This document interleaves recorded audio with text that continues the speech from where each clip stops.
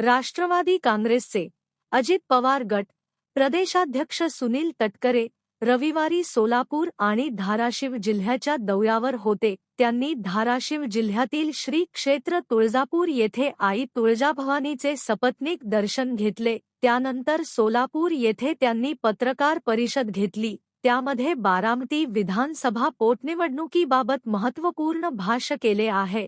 तसेच नाशिकमधील अशोक खरात प्रकरणात दोषींना फाशीची शिक्षा व्हावी अशी आक्रमक भूमिका त्यांनी मांडली।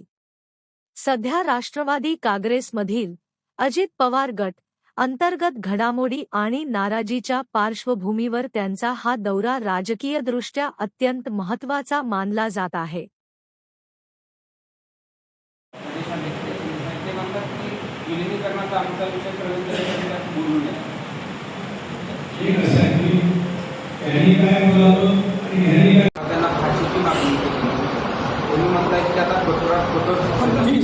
इंडियन पिनल कोडमध्ये त्याच्यात फाशीच आहे।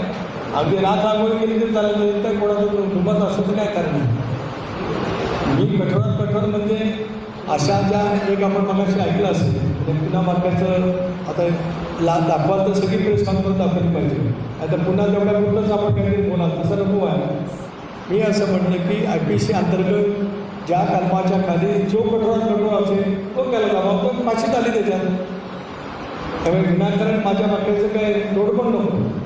कठोरात कठोर उलट अशा विकृत मनोवृत्तीची राख झाली पाहिजे, हीच आमच्या सर्वांची भूमिका आहे। पुन्हा असं कृत्य करण्याची नरता प्रवृत्ती पुन्हा निर्भाव तयार होणार नाही, या दृष्टीकोनातून सरकारने पावलं उचलली पाहिजे। स्वच्छपणाची भूमिका।